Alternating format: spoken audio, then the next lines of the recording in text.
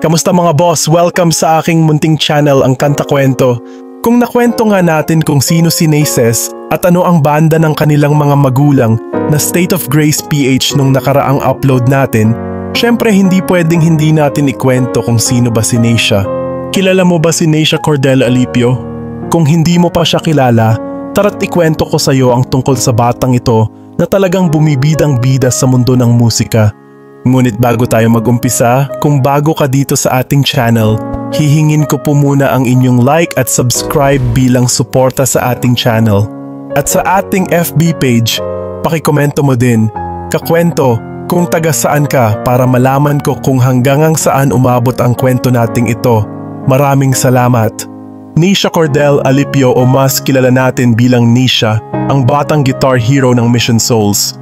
Ipinanganak siya noong April 14, 2010, kaya naman ngayon 15 years old na siya. Si Necia ang lead guitarist ng pinakasikat na family band na Mission Souls. Ang mga magulang niya sina Secan at Sheena Alipio ang siyang nagsimula ng kanilang banda at siya ang pangalawang anak nila. Pangarap din ni Necia na maging animated director dahil nahilig din ito sa pagdrawing at editing. Mula ng bata pa lang si Necia, mga kakwento, parang may kuryente na sa katawan si Necia tuwing naririnig niya ang tunog ng gitara. Nagsimula ang lahat nang isama siya ng mga magulang niya sa mga rehearsal. Ang mga kapatid niya kasama rin dito kaya talagang jam session sila sa loob ng bahay. Sa mga pagkakataong iyon, nahawakan niya ang gitara, kaya ang unang natutunan niyang tugtog ay ang bass. Pero sa totoo lang, tamang-tama na yung bass kasi dahan-dahan na niyang natutunan ang tamang ritmo at beat. Pero ang tunay na talent ni Necia ay lumabas ng unti-unti. Nakita ng mga magulang niya na sobrang may potential siya, kaya sinuportahan nila ang passion niya sa music. Habang nag-aaral siya, unti-unti ring bumibili ng mga gitara at iba pang musical instruments ang pamilya. Hanggang sa isang araw, naisip ni Necia na bakit hindi subukan maging lead guitarist. At ayun, ang batang ito biglang umarangkada. Ang daming mga mahihirap na guitar riffs ang kayang-kaya na niyang ipasok. Dahil dito, napansin na siya ng mga tao at bigla na lang silang nag-initiate ng family band na Mission Souls. Sa simula pa lang, maangas at walang takot o kaba sa stage ang batang Necia. Kaya noong natutunan niyang yakapin ang mga tao at ang musika, nagbago ang lahat. Pumapalo na siya sa mga classic na awitin gaya ng Sweet Child O' Mine,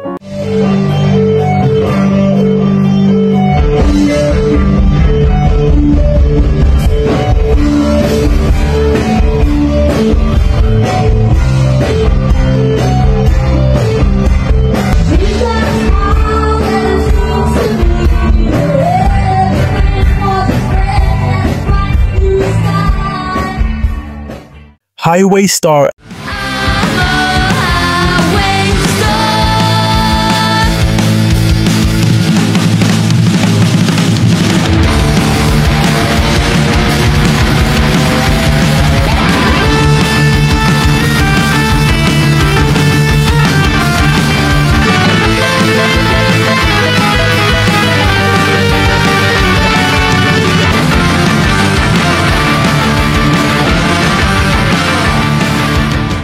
Whole Lotta Love.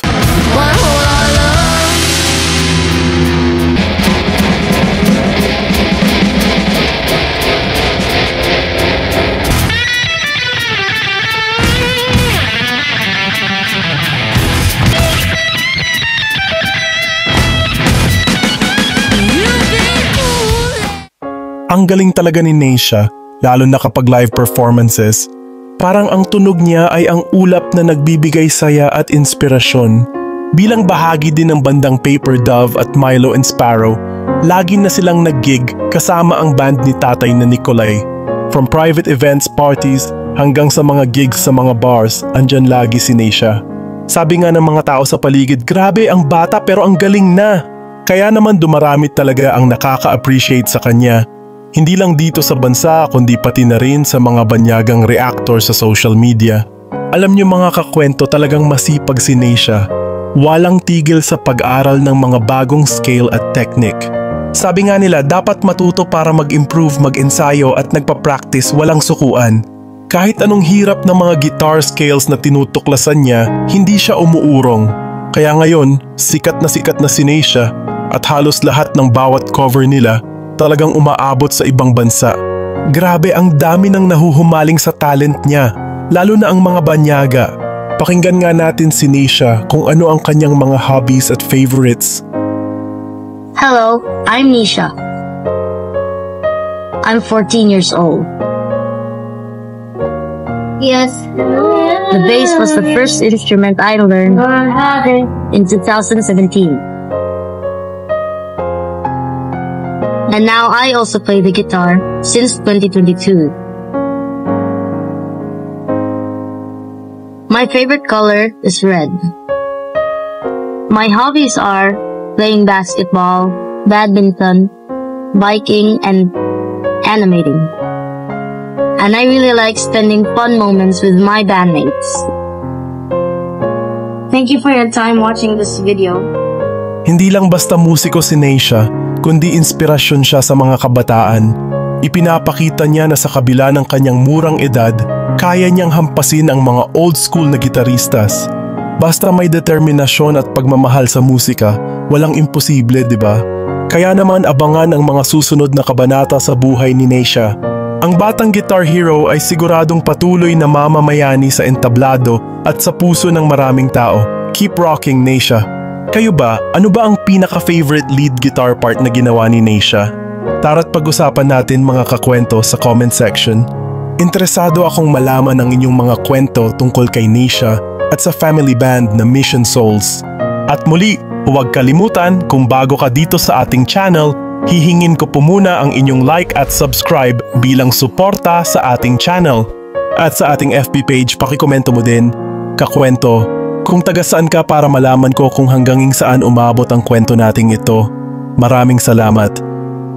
Sana mga kakwento ay mag-join kayo sa ating membership.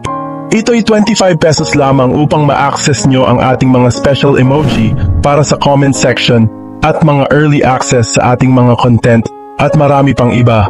Salamat na agad mga kakwento, salamat sa pagsama sa akin hanggang dito sa dulo ng ating kwento. Muli, ito ang kanta kwento na nagsasabing, mabuhay ang talentong Pilipino.